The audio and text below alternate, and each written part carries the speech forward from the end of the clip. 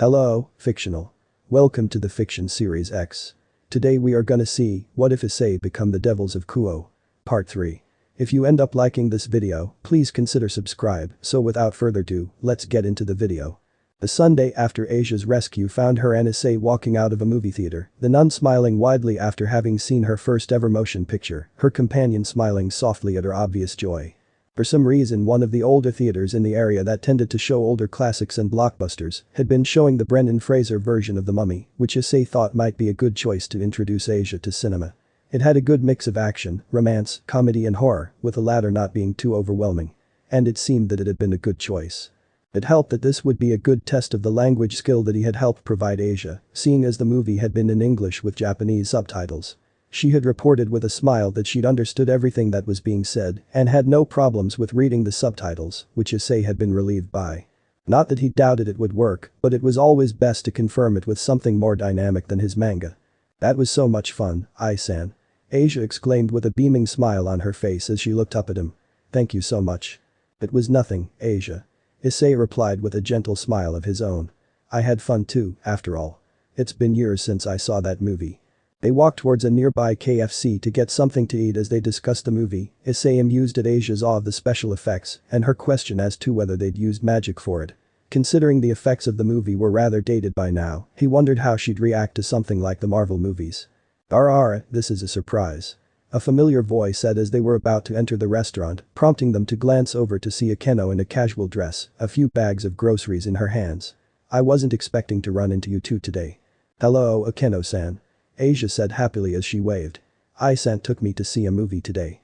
She said, acting as though he had taken her to visit a tropical paradise or something equally astounding. Akeno smiled at the girl's enthusiasm. It seems you had fun. I'm glad.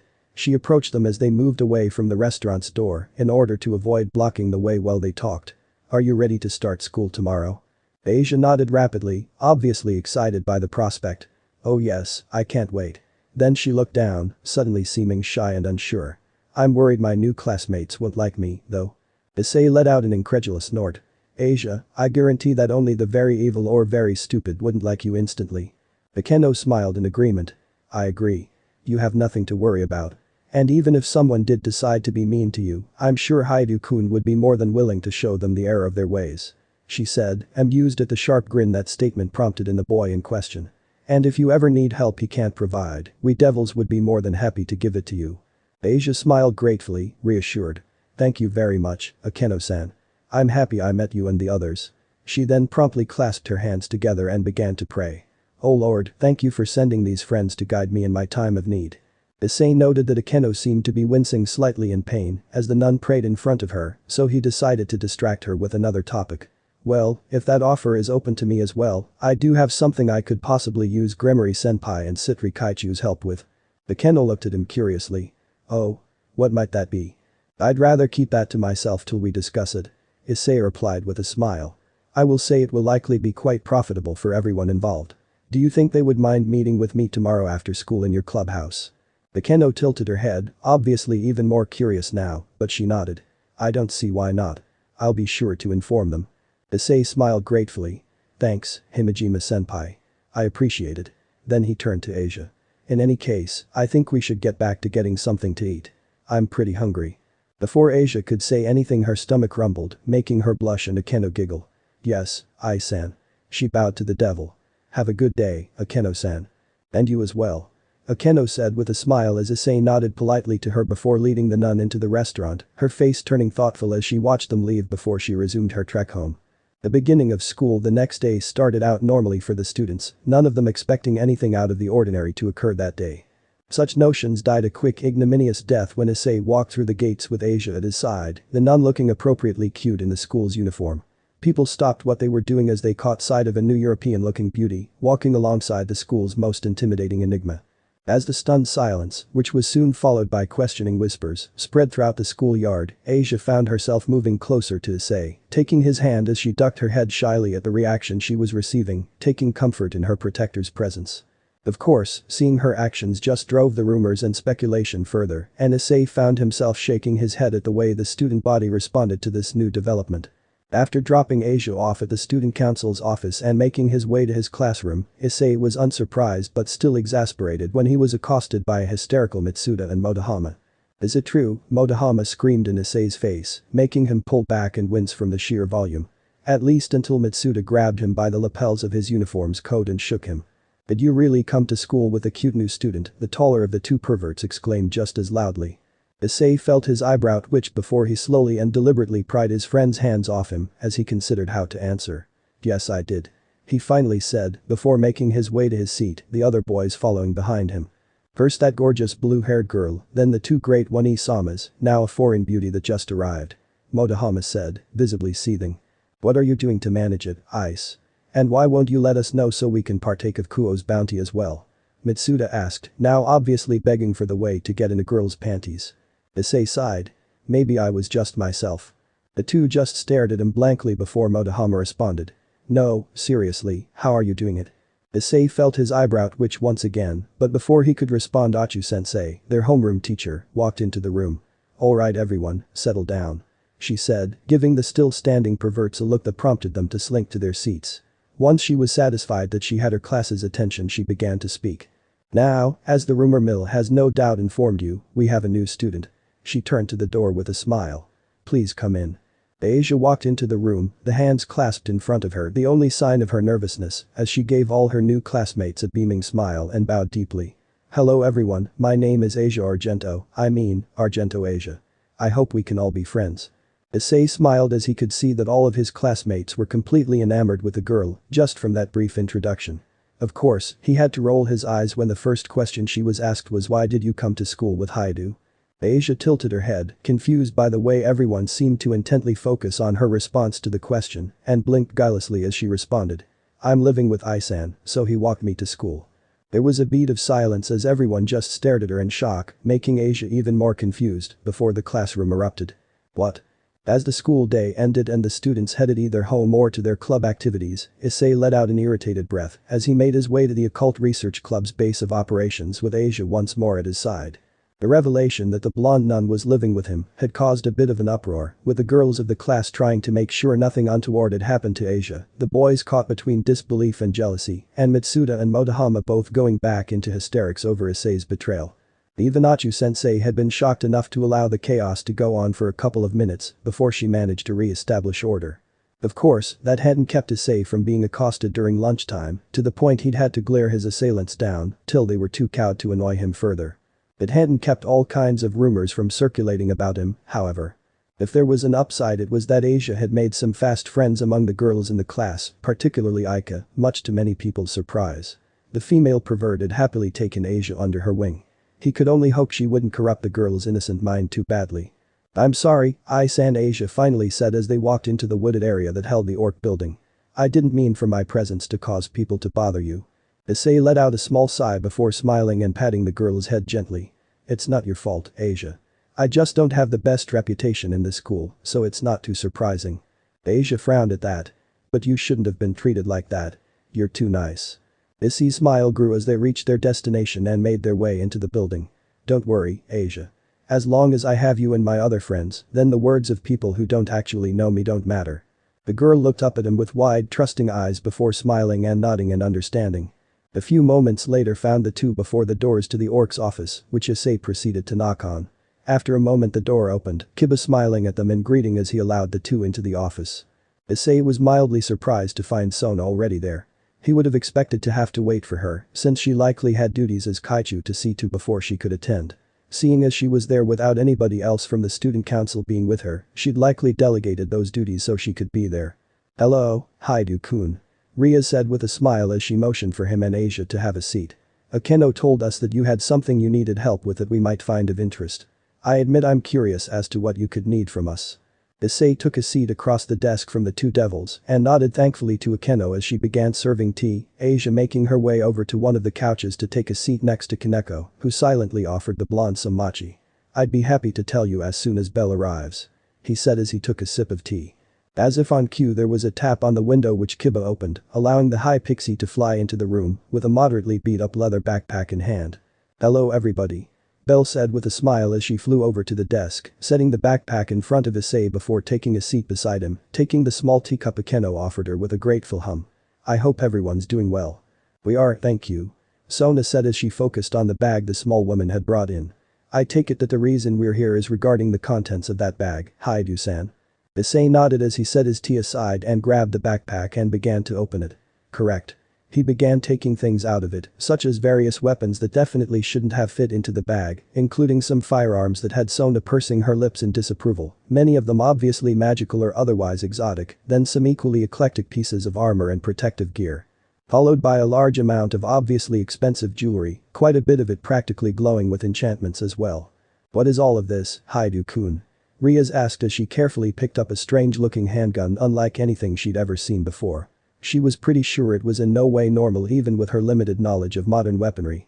This is all some of the stuff I collected during my time away. Issei said as he dumped a small mountain of mundane yet immensely valuable cut and uncut jewels, including rather large diamonds. The things I've got in this bag are things I no longer need or don't have any sentimentality for. So I'm hoping you two could help me sell or trade them.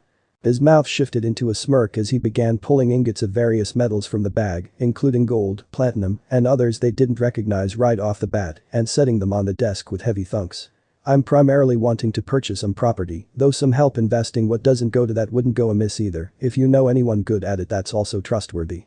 Sona adjusted her glasses as she studied the bounty of items in front of her. I don't believe Riaz or I are exactly qualified to give you an estimate on what this all might be worth, but if you would walk us through the details of each item, I think we can give them to someone who can do so and help with any other financial transactions, if you want. For a cut of the profits, I assume? Issei asked with a slightly sardonic smile on his face. You did promise some profit in it for our assistance, I believe. Sona said with a small smile on her face as she picked up a notebook and got ready to write. Issei didn't see any issues with that, so started with the melee weapons, most of which were either mundane if well made or with some interesting elemental enchantments that Sona made a note of. The armor was the same, some of the pieces old enough yet in good enough condition that Riaz noted some human museums might be the best buyers. It was as they came to the firearms that things took a turn. Wait. Riaz said, eyes wide with a bit of disbelief, and she gestured to the handgun she'd been studying earlier. You're saying that this is an energy weapon, a laser pistol, that was made and is powered without magic? Issei nodded with a smile on his face as Belle laughed from over where she'd been playing chess with Kiba as Asia and Kaneko watched, occasionally chiming in on some item when she felt her boss forgot something. That's correct. I've since replaced it with a better, more powerful weapon, so I thought that may be of interest. That's putting it mildly. Sona murmured as she eyed the innocent-looking gun. I think most mundane governments would give quite a bit for access to this if it's reproducible. Beelzebub Sama would likely be greatly interested as well out of scientific curiosity, if nothing else. I assume so. Issei said with a chuckle. Well, being Japanese, I would prefer my government get first refusal for it if we end up selling to a mundane nation. Sona nodded in understanding, making a note of that request. I don't see why not. Is there anybody you don't want it sold to? Issei shrugged. The usual suspects. China, North Korea, Russia, etc. I don't doubt they'll acquire the information eventually, but I'd prefer that nations whose governments I don't find mostly morally objectionable get a leg up first. The two kings nodded before continuing the inventory of the items for sale, both girls quite aware that just what they've seen already likely meant that Issei wouldn't need to work for quite some time. Going through the jewelry they found most of it had enchantments against various elements or physical damage, with a few of the more interesting types increasing physical and even magical capabilities. Comparable items to what he was showing them went from being somewhat uncommon to being rare and jealously hoarded things. Sona was seriously considering purchasing a ring that doubled the wearer's magical power for herself. That alone was quite a find. The jewels and gems, on the other hand, were all mundane and varied in worth from slightly expensive to ludicrously valuable, so they left that aside for someone more knowledgeable to look into. The metals were when the true shock came in. Mithril. Riaz said flatly as she held up a surprisingly light ingot of silvery metal. You're telling me this is mithril? Issei was confused. Why is that so odd? Because mithril is one of the rarest substances in known creation. Sona explained as she eyed the ingot her friend was holding. For the longest time it was thought to be a myth even by the supernatural community, and the total amount found so far in the world is about the amount in that ingot. Then she turned her gaze to the 6 identical ingots resting on the desk. And you have 7 of them. Issei's eyebrow rose. I see he glanced at the ingots as well. I'm guessing it's valuable, then. Riaz let out a breath and set the metal down. Yes, Hyoudou-kun. Just a single ingot is probably worth as much as the rest of this put together, if not significantly more. Issei nodded thoughtfully before picking up 4 of the ingots and setting them back in the backpack. Alright then, I'll keep these in reserve and we can see about selling those 3. Sona nodded slowly, seeing the wisdom in the choice. Ria's doing the same. Any other bombshells you have for us, Hyoudou-san? Issei hesitated for a moment before picking up an ingot of a reddish metal neither girl recognized offhand. Orichalcum. Riaz and Sona stared for a moment before the Redeed let out an explosive sigh and Sona pinched the bridge of her nose to keep a headache at bay as Belle began to laugh again. Belle hummed happily as she flew among the trees of the forest near Kuoh town, heading for a specific area in the lands belonging to Issei. Due to the sheer amount of money and valuable resources involved in the items he had asked Riaz and Sona to help him sell off, the 2 heiresses had used their not inconsiderable influence to make sure that everything was done as quickly as possible while giving Issei the best deal they could. The fact that their families got a nice cut of the profits as a fee had given them plenty of incentive, which helped the girls' positions in many ways beyond the mere monetary. As he'd asked, they'd also used those connections to help him with some purchases and investments he'd wanted to make, which was why barely a week later, Issei now owned a not inconsiderable amount of land in and around Kuoh, including various buildings, shops, and areas he had designated as private nature preserves. Said nature preserves totaled to about 400 acres, which for Japan was an absurd amount for a single person to own. The value of many of the things he'd sold, such as the mithril which had caused a bidding war in the underworld of insane proportions to the point of near violence in several cases, was the reason he could obtain the land, among other things. And still have enough money that his great-grandkids would never have to work, even if they lived entire lives that made the most spoiled of trust fund babies look frugal. From what Belle had heard, the laser pistol alone had fetched quite a ludicrous amount from the nation that had bought it. Not that that was surprising, any country would be salivating at a personal energy weapon that was actually mass-producible at relatively low cost. Considering how much many countries spent on their militaries, especially in R&D, what they'd paid for the gun was probably a near bargain, considering what they'd get out of it once they had the time to study it. In any case, the nature preserves weren't just kept as is, however. Belle saw the signs as she approached, several entities she knew flitting and playing among the trees, or else relaxing and basking in their new freedom. Ginkgo twittered at her as she passed from where she sat on a tree branch, and Belle waved to the Huapo as she continued on her way. Passing a small lake she saw Vivian relaxing languidly as some kelpies splashed along around the edges. As she continued she found Nadja playing a game with some Oreads, Nappy and Pixies. While getting closer to her destination she passed Jack Frost and Pyro Jack, who were arguing about something she couldn't make out, making her roll her eyes. Reaching the small grove that was the center of the fairies dwelling in these woods, she found plenty of her fellow high pixies gathered, all of which afforded her nods or small bows of respect, her being the highest ranked among them. Other than them Lean and Sid was hoving off to the side, and a few pukas were wandering around and tending to things in the area, which had many small lights and flowers, giving the place an ethereal feel. The main attraction was Oberon and Titania, who were seated on ornate thrones made of polished wood, with Demony Ho standing guard nearby. Belle flew before them and bowed, both fairy monarchs nodding regally to her with small smiles on their faces. "It is good to see you, young Belle," Titania said. "Much as we enjoy seeing you, is there any particular reason for your visit? It is rare for you to leave your master's side." Belle straightened out as she hovered before her supposed rulers, even though they all knew that if push came to shove her side was at Issei's and not theirs. Still, they were, realistically, also Issei's servants, even if said human made sure not to hammer the point home and let them essentially rule themselves, so none of them really worried about that and continued observing the niceties. The fact that Belle was in many ways their superior rather than their subject was also generally set aside. Belle never cared to push on that, and the monarchs didn't see a need to acknowledge it either, which would only cause trouble. "I mainly wanted to see how you and everyone else was settling into the new lands," the High Pixie stated with a smile. "It's different from the lands of Europe, after all, in some ways. Not to mention it's been a while since any of the peoples under Ice's service got a chance to just roam and settle, considering well, everything." The 2 rulers of the fairies nodded in agreement, with Oberon being the one to speak next. "Indeed, it has been quite pleasant to both have lands to call our own and time without a crisis of some sort to settle them properly. Please, give the young lord our thanks for this gift, along with the fact that he had the foresight to set up a good buffer zone between them and the lands he gave to some of the other beings in his service.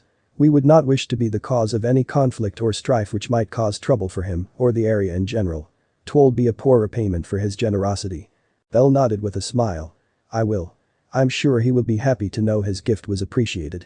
He has been concerned for a while about the fact that he has been effectively keeping everyone in prison for a long length of time, so this should help alleviate his fears, now that he was able to do something about it.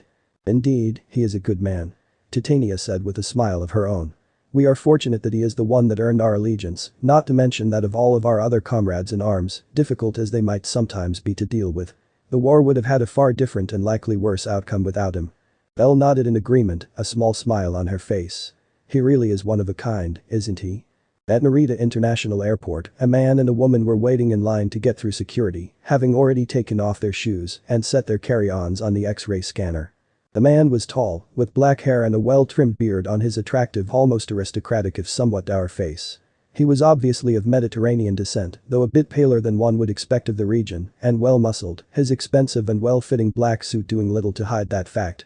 His dark eyes were showing annoyance at the entire security circus, but he didn't say anything as he simply waited, stepping forward as the line moved. The woman, by contrast, was also clearly of Mediterranean ancestry, with well-tanned skin and long curly hair the color of wheat. Her eyes were gorgeous green like fresh spring grass, and the excited smile on her full lips just enhanced her natural beauty. Her body was curvy and statuesque, the kind to definitely get the attention of those attracted to women, which the sundress she was wearing highlighted quite nicely. Once they finally stepped through the body scanners and began to put on their shoes, the man let out an annoyed sigh. I truly do not see the need for all this irritating theater that only provides the illusion of safety. He growled with a deep voice as he tied his shoelaces. It doesn't actually do anything but aggravate. An illusion of safety can be a powerful thing, love. The woman chided gently as she sat back up once her own shoes were securely on her feet, beginning to slip her simple jewelry back on. You know as well as I do that things don't have to be real to have a significant effect, especially in the minds of men. The man huffed. Still, for as useful as modern transportation seems to be, it does come with an awful lot of demerits. Well, we're past this particular hurdle, so just focus on enjoying the rest of the trip, the woman said cheerfully. After all, this is our first vacation since we married, and we never did have a proper honeymoon. True, he said, a small smile forming on his lips as he looked at his wife with gentle love in his eyes. It helps that we won't have to worry about your mother. The woman sighed.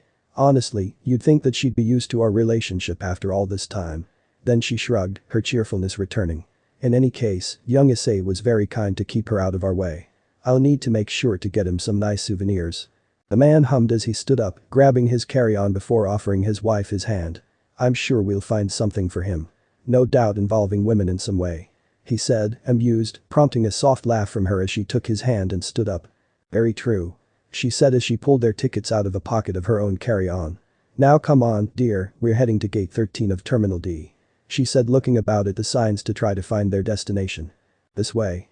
The man said as he began to walk upon finding the correct direction. Do you think the kids will be alright? He asked idly. I have no doubt they'll cause plenty of mayhem, but I'm sure Issei can handle them. His wife said cheerfully. The man paused before continuing to walk. Those souvenirs for him had better be good. He said dryly as he took her hand, prompting her to smile happily at her husband, both of them focusing on their coming holiday. In a small cafe on the slopes of Mount Fuji, several waitresses were whispering to each other and giggling about a young couple that were in attendance, primarily due to how lovey-dovey they were in a way that was more adorable and happiness-inspiring than anything else. The couple in question were sitting near one of the windows overlooking the land below. They were clearly from India and both quite attractive by pretty much any standard. The man was well-toned and muscular in the manner of someone focused on definition rather than bulk. His face was strong and handsome, and his dark hair was long. The woman was shapely and lovely, in a classical Indian way, rather than by most modern conventions. They didn't say much during their time there, simply gazing at each other as though they'd been separated for an age and had just found each other again. Occasionally they'd clasp hands or share other tender touches without being too amorous. It was clear to everyone involved that they loved each other deeply and simply enjoyed being around each other, with nothing needing to be said. The staff at the cafe were so struck by the couple's obvious love and care, they never noticed the large, oddly built monkey lounging in the trees outside, a smile on his face at his friend's happiness. Issei eyed his parents as he enjoyed dinner with them and Asia, looking forward to what he had planned. His father looked tired after a long day of work, though he fended off his wife's concern with a smile while speaking with Asia, which seemed to rejuvenate him a bit. His mother was fussing over her husband and making sure he ate, while also making sure Asia ate her fill. Issei knew his parents had essentially already adopted the blonde nun completely. He had heard them commenting on how they wished they had a daughter as well as a son often enough, and it appeared that they were taking full advantage of this chance. It did make him wonder why they never tried to have any children after him. Then again, he knew they had him somewhat late, so that might be a factor. Still, seeing his parents, so diligent in caring for their children and each other, both made him smile and feel a stab of regret. He'd never truly appreciated the things they'd done for him while growing up, not till he'd been taken, and was sure he'd never see them again. Seeing his mother make sure to top off his rice with a smile on her face while his father enjoyed her cooking after working to support them made him feel warm. He owed them so much, not only for raising him as well as they could, but for what he'd put them through during his disappearance. And now he'd finally be able to start paying them back. As the meal ended, Kuoh was about to get up and go watch the news as was his custom after dinner, while Mickey cleaned up with Asia's help when Issei spoke. "Tusan, Ka-san, can we talk?" The adult Hyoudou paused and looked at their son, a bit surprised. "What about, Issei?" Kuoh asked. Issei stood up and motioned for them to follow him into the living room, motioning for them to sit down on the couch as he grabbed an envelope off of the coffee table before sitting down as well next to his father, Mickey sitting on the other side of her husband. Asia, for her part, took a seat off to the side, curious and watching. "I recently came into some money, Tusan, Ka-san. Quite a windfall, really, thanks in part to Gremori-senpai and Shitori-senpai." Issei said with a smile as he offered Kuoh the envelope. "I want you to have this. It's yours, no questions asked." Kuoh took the envelope with a bemused smile. "Thank you, Issei-kun. Your thoughtfulness is much appreciated." He opened the envelope and began pulling the check inside of it out. "I'm sure we can put it to good use. Perhaps get something nice for work." He stopped, choking on his own spit and seeming to have trouble breathing as the amount printed on the check was much higher than he'd been expecting. Absurdly so. Mickey peeked over her husband's shoulder to see what had caused that reaction, the small smile on her face disappearing as her eyes went far wider and her skin went much paler than was likely healthy. Oh my goodness, how? She babbled, apparently unable to find the words to express her shock. Still, Issei supposed he wasn't too surprised. 15 billion yen was a not inconsiderable amount of money. "This can't be real." Kuoh muttered as he clutched the check so tightly with both shaking hands he was in danger of tearing it. "You're joking, right, Ice? The real amount's about 15,000, not 15 billion, right?" Issei smiled. "No, Tusan, it's real. I swear that if you cash it won't bounce. That money's all for you and Ka-san." "How?" Mickey croaked. "Ice, where did this money come from? Did you rob an American billionaire or something?" "Let's just say I won a lottery, okay?" Issei tried to deflect, only to be surprised when his parents suddenly looked at him with extreme seriousness. "No, Issei," his father said seriously, apparently managing to somewhat regain his equilibrium. "This is the last straw. We can't just let this slide with a platitude. You go missing for months, return almost dead and so scarred we can only have nightmares about what happened to you, your attitude is almost completely different, you don't peep or constantly talk about breasts anymore, your grades have shot up, and now this." Issei opened his mouth though no sound came out, surprised at being confronted this way. He realized he shouldn't be, however. He'd put them through a lot, obviously they were going to have a limit. The seriousness of the situation was underscored when Mickey leaned around her husband to take her son's scarred hands, her grip tight and her eyes teary. "Please, Issei, tell us the truth. We have a right to know." Issei hesitated before glancing at Asia, who looked back at him with wide, innocent eyes. "Asia-chan, would you mind going to your room and putting on those headphones I got you, listen to some music or watch a video? I promise I'll tell you what I'm going to tell them at some point, but not right now. This is going to be hard enough as is." Asia got out of her seat and nodded before giving Issei a hug. "Of course, Ai-san. They're your parents. I know I'll find out at some point." She gave him a squeeze before heading upstairs. Issei turned back to his parents. "Alright, I'm going to tell you at least the basics about what happened. If I told you everything we'd be here for a week. I know some of it's going to sound unbelievable, but I swear everything I'm going to say is the truth." After a moment he moved to the single seat Asia had been in, letting his parents have the couch, the elder Hyoudou a bit concerned by that, but allowing him his space. He took a deep breath before letting it out. "Alright, guess we should start with some proof and some help explaining things while I'm at it." He raised his voice. "Bell." Kuoh and Mickey looked at their son in confusion, wondering why he'd just called that out, before gasping as the high pixie flew hesitantly down the stairs, giving the couple on the couch a shy wave. "What in?" Kuoh murmured, shocked. "Tusan, Ka-san, this is Bell, my lover, one of the most important people in my life, as well as my second in command and closest confidant. Bell-chan, these are my parents, Kuoh and Mickey." Bell bowed deeply to the two mundane humans in the room. "It's an honor to finally meet Issei's parents." I'll be in your care. Hello, Mickey managed to choke out as she stared at the fairy before turning her gaze back to her son. Your lover? Second in command?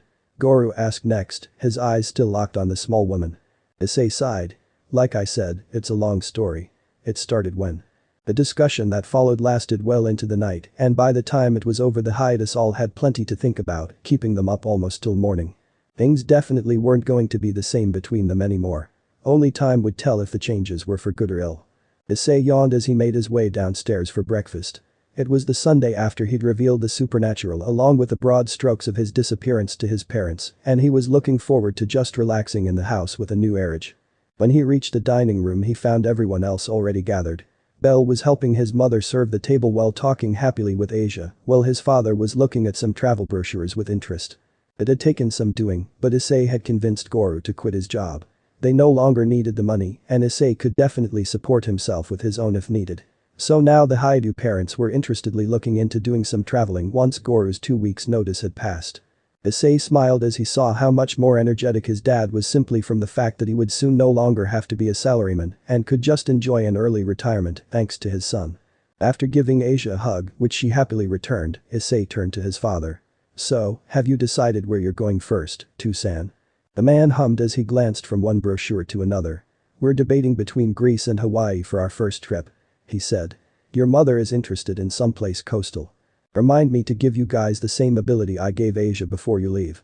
Issei said as Mickey started serving him his rice, giving her a smile as she did so. It lets you understand any language, written or spoken. It's a must when traveling. That sounds very useful, Ice, thank you. Mickey said as she continued serving her family with a large smile on her face. Where do you think we should go? I'd say Hawaii is a pretty solid first choice. Issei responded as he dug into his rice with gusto. Just try to shop and eat at local establishments as much as possible, rather than big resorts or chains. The locals depend on tourism a lot, and those big chains try to suck it all up from them. Same goes for pretty much anywhere else you go, honestly. Solid thinking, Ice, and a very mature outlook. Goro said with obvious pride. We'll definitely do that. The happy little family was having an enjoyable time talking about the possible pros and cons of various vacation destinations when Issei and Belle both looked up and towards the front door, growing a bit tense. The others noticed, but before anything could be said the doorbell rang. Mickey glanced at her son and the fairy that was essentially her daughter-in-law before getting up and making her way to answer. After a minute or so barely audible speaking she returned with a man in tow. Just a single look at him told everyone who'd met her that this man was related by blood to Ria's Gremory. While there was definitely a family resemblance in the face, the real evidence was the crimson hair that was exactly like hers but for the cut, only reaching his upper back in a more traditionally masculine style. He was wearing a black suit that looked like it cost more than Godou made in 2 years and had an easygoing look on his face. Beyond that, it was the amount of power Issei and Belle could feel he contained that cinched his identity. Issei, this man said he came to see you. Mickey said with slight confusion. Issei stood up and held his hand out rather than bow as he normally would be expected to when greeting someone new, particularly someone such as this. To what do I owe the pleasure of having the Mau Surzich's Lucifer visit my home during breakfast? He asked with an easy smile that did nothing to hide how sharp his eyes were. Surzich's definitely did not miss it, though he did not seem put out, instead appearing to be intrigued and interested. I did not expect you to know who I was right off the bat, Hyoudou-san. The devil said as he took Issei's hand and shook it firmly. There was no chance that he hadn't realized that Issei had chosen the Western manner of greeting in order to not show any sort of submission to him despite his station. Greg made sure to give me a thorough understanding of the supernatural political landscape as he was aware of it before he went to sleep. Issei explained as their hands unclasped. He then motioned to the table. Would you like to join us while you explain why you're here? Mickey promptly began serving another portion when Surzich's nodded and sat down with a if you wouldn't mind. He then enjoyed a bit of the food with obvious enjoyment. Issei took the opportunity to check on the other's states. His parents looked a bit off balance at the realization that they had one of the most important beings in the world calmly having breakfast with them, though they seemed like they were handling it well. Belle seemed to be relaxed and enjoying her own meal, though Issei could easily tell that she was ready to spring into action in an instant. Asia, for her part, seemed to be a bit worried, though not out of outright fear of Surzich's, as one would expect of one that had been raised by the Vatican. Setting his bowl of miso soup down, Surzich's wiped his lips with a napkin, smiling. Delicious. I thank you for the meal, Hyoudou-san. It's been a while since I had such an enjoyable Japanese-style breakfast. Mickey smiled lightly. You're very welcome. Please let me know if you want any more. Surzicha smiled before turning to Issei. Now then, to business.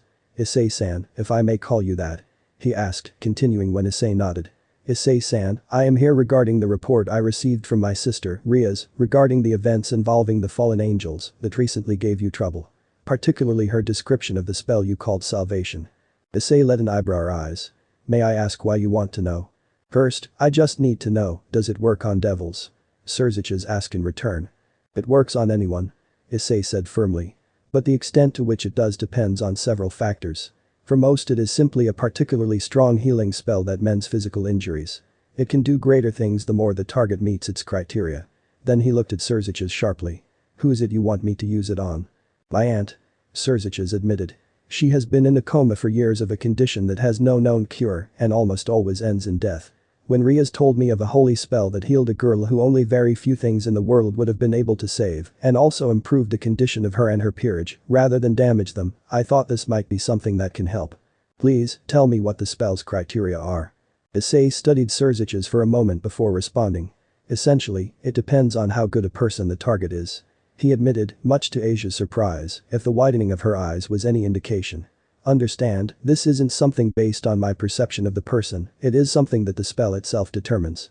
The vast majority of people, even the truly good ones, do not meet the spell's standards.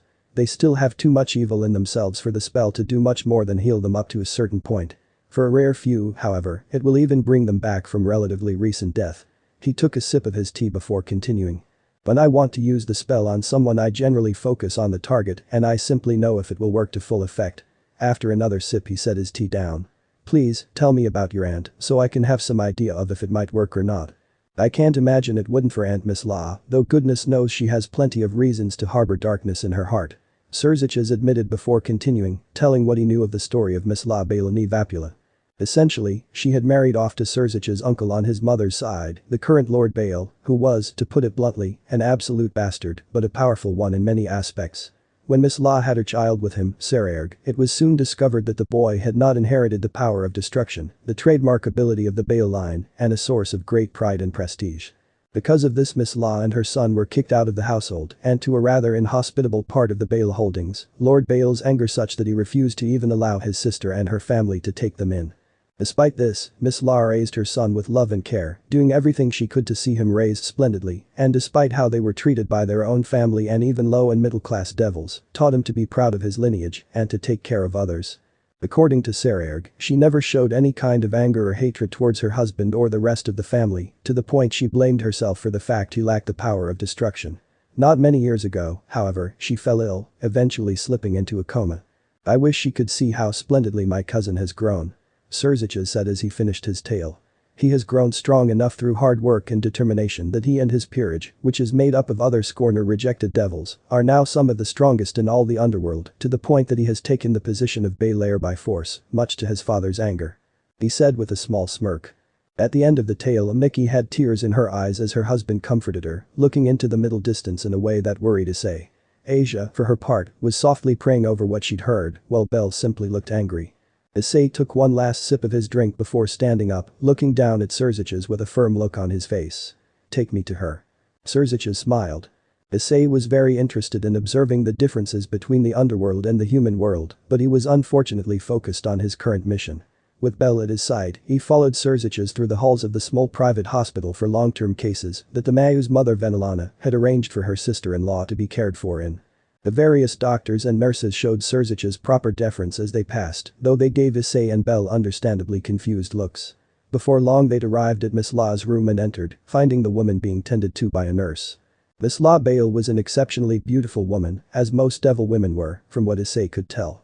Her beauty was the sort of gentle, motherly kind one might expect to see in devoted caretakers of all kinds. Her long brown hair was carefully brushed to the side, exposing her face. Despite that, Issei could see the signs of bodily atrophy due to so much time there, which said quite a bit about her condition, considering the kinds of techniques and magics devilish doctors must have. The nurse looked up as they entered, surprised. Mayu-sama, I'm sorry, we weren't aware you were coming to visit.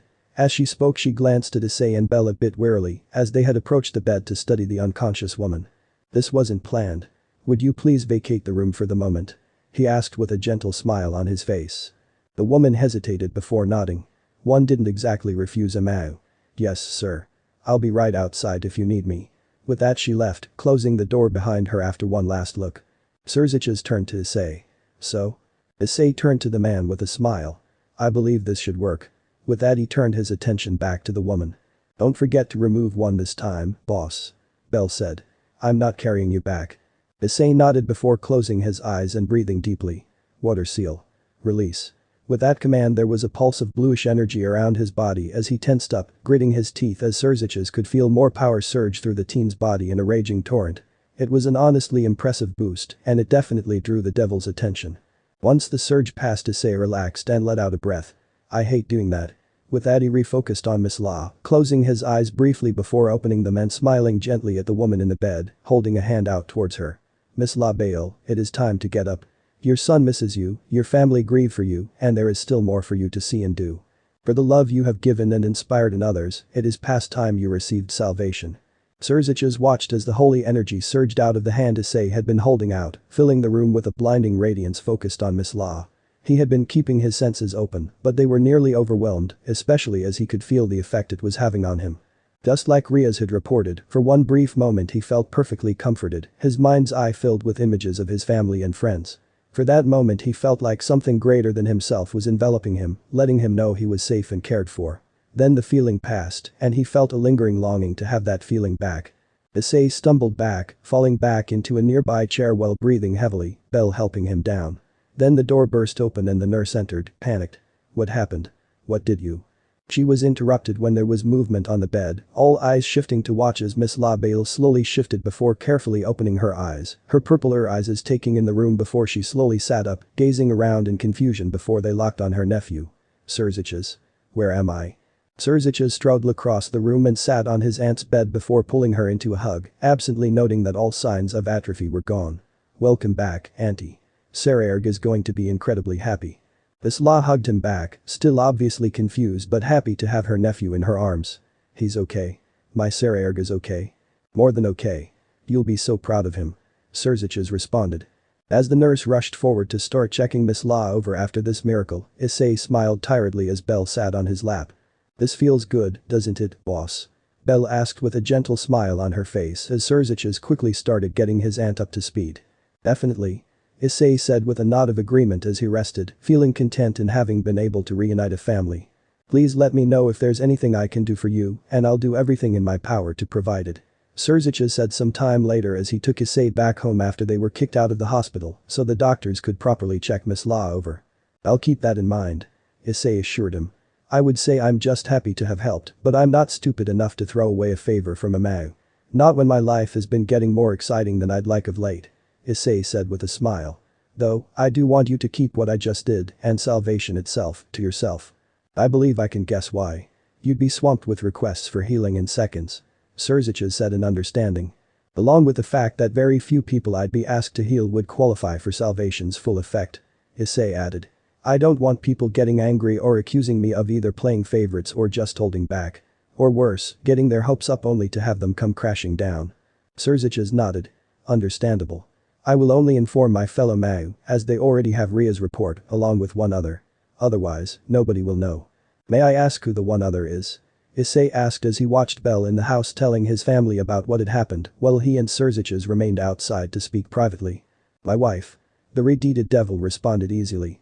I'm not stupid enough to keep unnecessary secrets from her, and she can definitely be trusted. Issei nodded in understanding. Makes sense to me. Then he turned and offered his hand to Surziches again. Have a good night, Lucifer-san. Surziches smiled, amused by Issei's continued desire to avoid showing him unnecessary deference. He did wonder what the source of that was, but let it slide easily as he took the younger man's hand. After this, feel free to call me Surziches. Then feel free to call me Ice. Issei said as his own smile widened a bit. The two shook before Surziches let go and stepped back, a teleportation circle appearing under his feet before he disappeared. Issei observed the spot for a moment before stretching and walking inside as the shadows began to lengthen.